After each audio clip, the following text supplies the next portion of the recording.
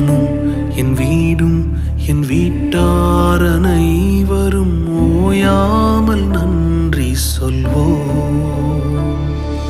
நானும் என் வீடும் என் வீட்டார் அனைவரும் ஓயாமல் நன்றி சொல்வோம். ஒரு கரு போல காத்தீரே நன்றி, என்னை சிதையாமல் சுமந்தீரே நன்றி. ஒரு கரு